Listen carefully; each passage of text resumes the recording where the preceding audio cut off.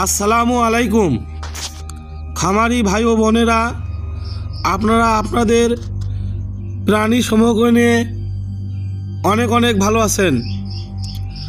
আজকে গরুর ভয়ঙ্কর রোগ ল্যাম্পি স্কিন ডিজিজ বা সংক্ষেপে এলএসডি ভাইরাস রোগের পঞ্চম পর্ব নিয়ে আলোচনা করব ইনশাআল্লাহ।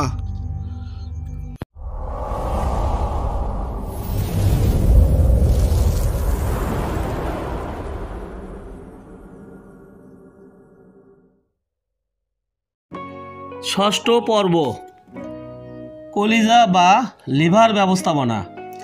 এই ভাইরাস যেন লিভার বা কলিজা আক্রান্ত করতে না পারে কিংবা লিভারের কার্যক্ষমতা নষ্ট করতে না পারে, লিভার যেন শক্তিশালী থাকে, এর জন্য খুব ভালো মানের লিভার টনিক ব্যবহার করতে হবে।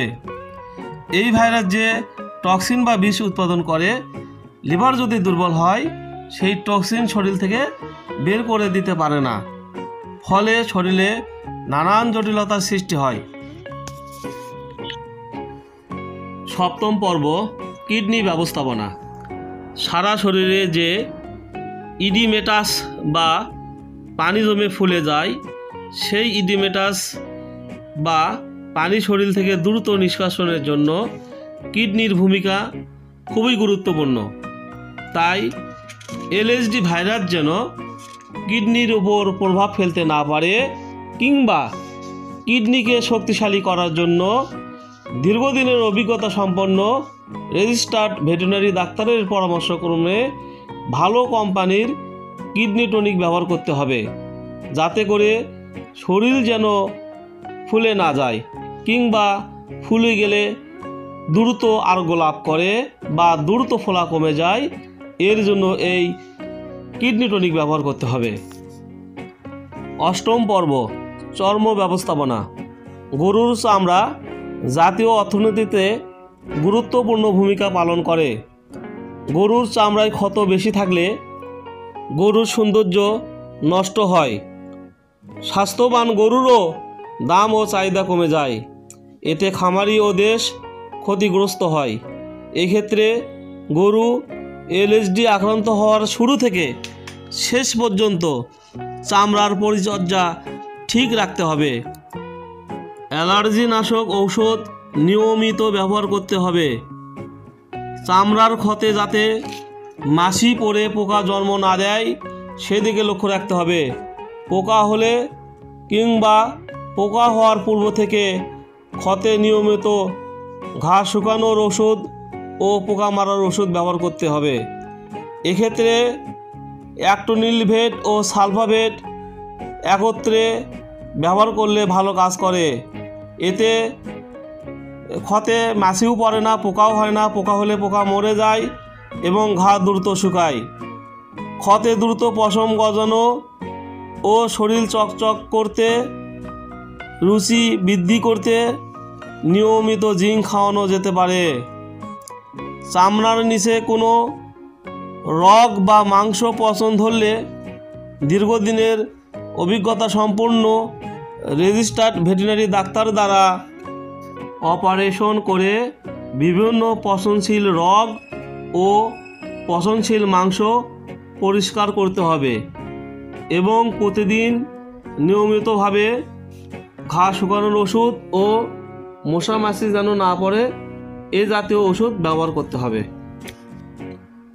নবম পর্ব, দ্বিতীয় পর্যায়ের ব্যাকটেরিয়া বা সেকেন্ডারি ব্যাকটেরিয়াল ইনফেকশন প্রতিরোধ ব্যবস্থাপনা। এই নবম ধাপটি খুবই গুরুত্বপূর্ণ।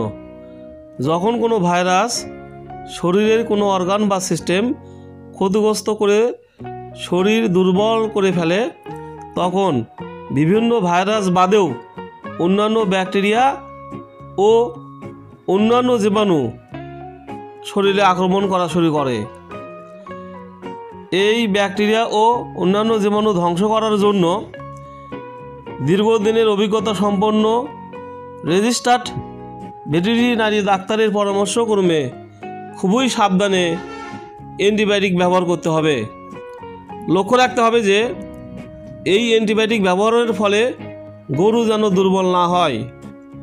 গরু দুর্বল হলে সেই ব্যবস্থাও পাশাপাশি গ্রহণ করতে হবে।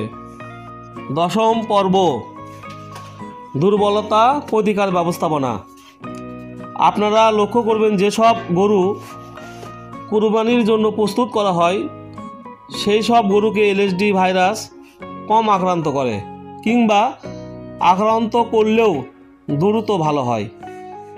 এর কারণ হচ্ছে এই গরুগুলোতে প্রচুর পরিমাণে ভিটামিন জাতীয় ওষুধ প্রয়োগ করা হয় বা খাওয়ানো হয়। তাই রোগ প্রতিরোধের পাশাপাশি রোগ আক্রান্তের সময় যে ধকল বা দুর্বলতা হয় তা কাটিয়ে ওঠার জন্য বিভিন্ন ধরনের ভিটামিন জাতীয় ওষুধ প্রয়োগ করা দরকার।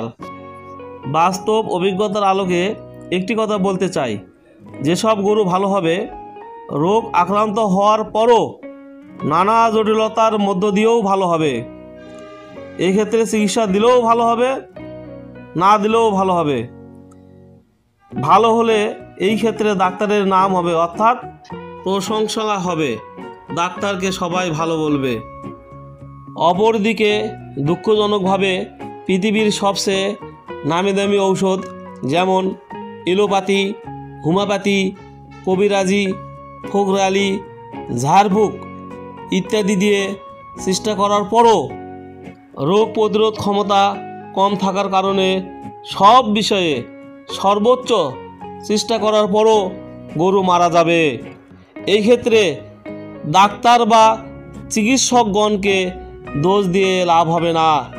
তবে আমি ব্যক্তিগতভাবে বিশ্বাস করি অদূর ভবিষ্যতে এই এলএসডি ভাইরাসের বিরুদ্ধে গরুর শরীরে আল্লাহ প্রদত্তভাবে ইমিউনিটি শক্তি বা রোগ প্রতিরোধ ক্ষমতা বৃদ্ধি পাবে। তখন এলএসডি ভাইরাসের প্রাদুর্ভাব অনেকাংশে কমে যাবে, এমনকি পৃথিবী থেকে বিদায়ও হতে পারে। এটাই আমাদের চাওয়া।